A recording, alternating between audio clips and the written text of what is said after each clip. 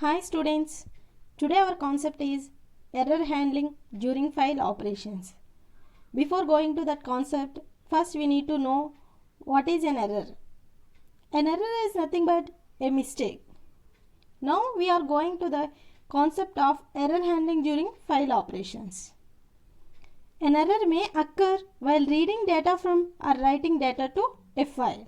So error అనేది ఎప్పుడు ఎక్కడ అవుతుంది అసలు అంటే కనుక మనం ఫైల్ నుంచి డేటాని రీడ్ చేసినప్పుడు లేదంటే రైట్ చేసినప్పుడు ఎర్రర్ అనేది అక్కర్ అవుతుంది. So an error may arise in the following situations. So error ఎప్పుడెప్పుడు అక్కర్ అవుతుంది అనేది ఇప్పుడు చూద్దాం. When trying to read a file beyond end of file, that means file ఎండ్కి రీచ్ అయినా కూడా మీరు ఆ ఫైల్లో నుంచి డేటాని రీడ్ చేయాలని ట్రై చేసినప్పుడు ఎర్రర్ అనేది అక్కర్ అవుతుంది. ఇది ఒక situation. Next, when trying to read a file that does not exist, that means మీరు ఒక ఫైల్లో నుంచి డేటాని రీడ్ చేయాలనుకుంటున్నారు, బట్ ఆ ఫైల్ అనేది అసలు లేదు, లేకపోయినా కూడా ఆ ఫైల్ నుంచి డేటాని రీడ్ చేయాలని ట్రై చేస్తే కనుక అలాంటప్పుడు కూడా మనకి ఎర్రర్ అనేది అక్కర్ అవుతుంది. Next, when trying to use a file that has not opened. When trying to use a file that has not opened అంటే మీరు ఒక ఫైల్ని యూజ్ చేసుకోవాలనుకున్నారు, రీడ్ పర్పస్ కానీ రైట్ పర్పస్ కానీ యూజ్ చేసేసుకుంటున్నారు, బట్ ఆ ఫైల్ని ఓపెన్ చేయలేదు. సో ఫైల్ని ఓపెన్ చేయకుండా మీరు ఎటువంటి వర్క్ అనేది చేయలేరు, కానీ మీరు ఓపెన్ చేయకుండానే వర్క్ చేయాలని ట్రై చేస్తున్నారు. సో అలాంటి టైంలో కూడా ఎర్రర్ అనేది అక్కర్ అవుతుంది. Next, when trying to use a file in inappropriate mode, that is writing data to a file that is open for reading, or when reading data to a file that is open for writing. That means మీరు writing పర్పస్కి ఫైల్ని open చేయాలనుకుంటున్నారు, కానీ అక్కడ read పర్పస్లో ఫైల్ని open చేశారు. Both are different. మీరు రైట్ పర్పస్కి యూజ్ చేసుకోవాలనుకుంటే ఫైల్ మీరు ఏ మోడ్లో ఓపెన్ చేయాలి, రైట్ మోడ్లోనే ఓపెన్ చేయాలి, బట్ ఇక్కడ ఏం చేశారు, రైట్ పర్పస్కి యూజ్ చేసుకోవాలనుకుంటున్నారు కానీ రీడ్ మోడ్లో ఓపెన్ చేశారు. Both are different. ఇటువంటి టైంలో మనకి ఏం జరుగుతుంది, ఎర్రర్ అనేది అక్కర్ అవుతుంది. లేదంటే మీరు రీడ్ చేయాలనుకుంటున్నారు కానీ రైట్ పర్పస్లో రైట్ మోడ్లో ఓపెన్ చేశారు. అలా మనం చేయాల్సిన వర్క్కి కాకుండా డిఫరెంట్ మోడ్లో ఓపెన్ చేస్తే అప్పుడు మనకి ఎర్రర్స్ అనేవి అక్కర్ అవ్వే ఛాన్స్ ఉంటుంది. So if you fail to check errors, then the program may behave abnormally.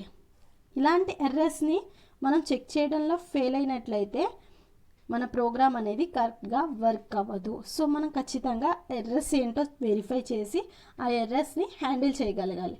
So ఆ ఎర్రర్స్ని హ్యాండిల్ చేయడం ఎలా అనేది ఇప్పుడు చూస్తాం. So there are 3 methods for handling the errors. These are the predefined methods. One is F error, second one is F clearer, third one is P error. F error. First one, F error. F error అనేది ఎందుకు use చేస్తామంటే it is used for check errors in the file. ఫైల్లో ఏమైనా errors ఉన్నాయా అని check చేయడానికి ఏం method use చేస్తామంటే F error. సో సింటాక్స్ చూద్దాం. F error file pointer name. So F error అని చెప్పి మీరు ఎఫ్పి అని మెన్షన్ చేస్తే ఫైల్ పాయింటర్ నేమ్ ఎఫ్పి అని మెన్షన్ చేసినట్లయితే ఆ ఫైల్ పాయింటర్లో ఏదైనా ఎర్రర్ ఉంటే కనుక మనకి అది రిటర్న్ చేస్తుంది. ఏమని రిటర్న్ చేస్తుంది అంటే ఇది చెక్ చేస్తుంది ఎర్రర్స్ ఉన్నాయా అని. ఒకవేళ ఎర్రర్స్ ఉంటే కనుక మనకి ఏం రిటర్న్ చేస్తుంది అంటే 1 రిటర్న్ చేస్తుంది, ఎర్రర్స్ లేకపోతే 0 రిటర్న్ చేస్తుంది. This function returns 0 if there are no errors in the program, otherwise it returns 1. This is the F error function. The next function is F clearer. F clearer is used to clear the errors in the file. Clear the errors in the file. Syntax of F clearer. F clearer file pointer name. So ఇది ఏం చేస్తుందంటే F clearer అనే function లోపల మనం file pointer నేమ్ని mention చేస్తే ఏదైతే F error ద్వారా errors అక్కర్ అయినాయి అని తెలిసిందో ఆ ఎర్రర్స్ని ఈ F clearer అనేది ఏం చేస్తుందంటే క్లియర్ చేస్తుంది. Next method is P error. So P error is used for printing the error. So మీకు ఏం ఎర్రర్ వచ్చింది, ఎఫ్ ఎర్రర్ ద్వారా మీకు ఎర్రర్ వచ్చిందని తెలిసింది, సో అక్కడ ఏం ఎర్రర్ వచ్చిందో దాన్ని డిస్ప్లే చేయడానికి P error అనేది యూజ్ చేస్తుంది. P error మెసేజ్ ఏంటంటే అక్కడ ఏదైతే ఎర్రర్ వస్తుందని మీరు ముందే అనుకుంటున్నారో ఆ ఎర్రర్ని ఇక్కడ మెసేజ్లో డిస్ప్లే చేస్తుంది. These are the predefined methods for handling the errors. The next concept is functions for selecting the record randomly. Functions for selecting records randomly. Generally, files are accessed in two ways. The first way is sequential access and the second way is random access. In sequential access, the records are accessed in sequential manner. It is nothing but accessing files or records one by one. Let us assume that file contains 10 records. If you want to access 10th record, then we must access all the records before it.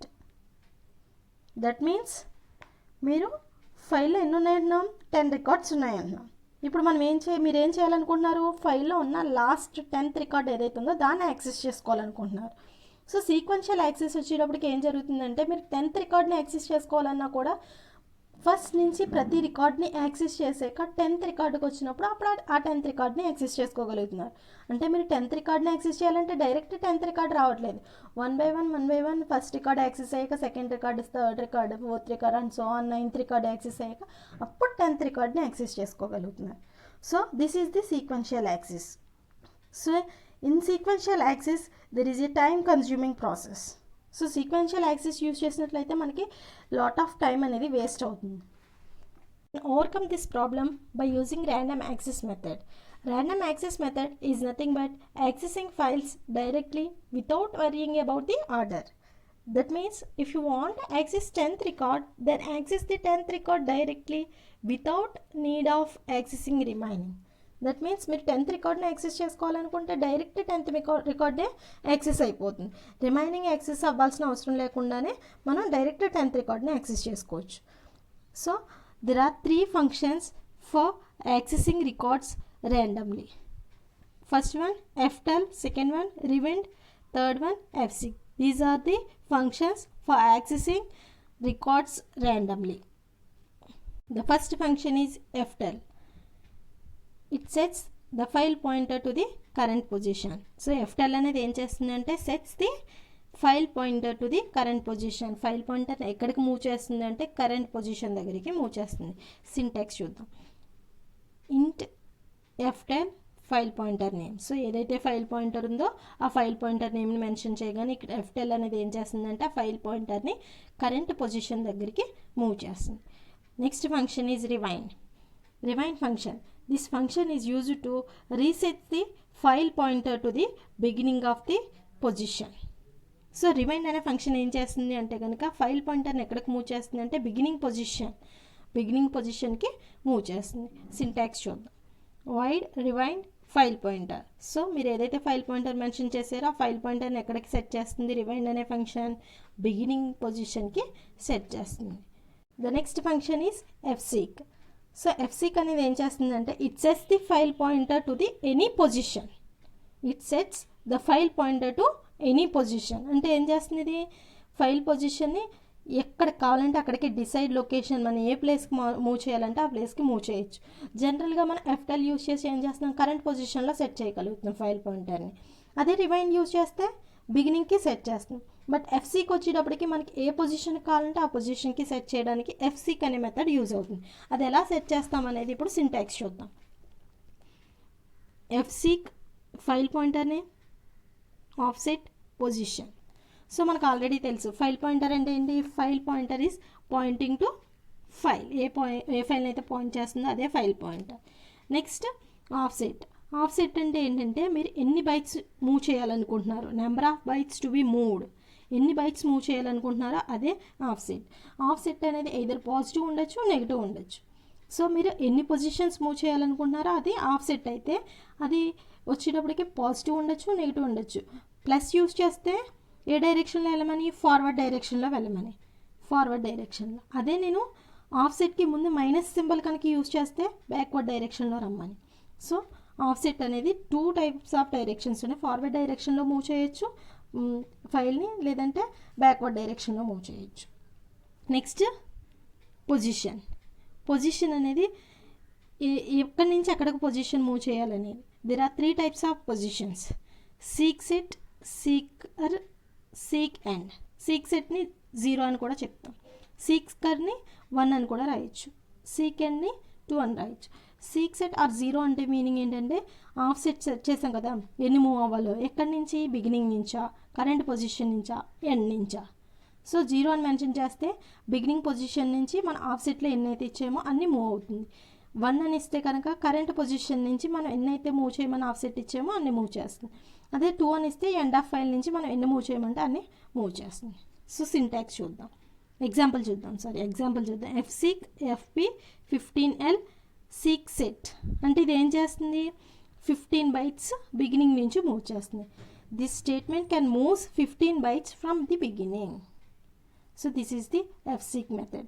These all three predefined methods are available in stdio.h. These three methods are used for accessing the records randomly.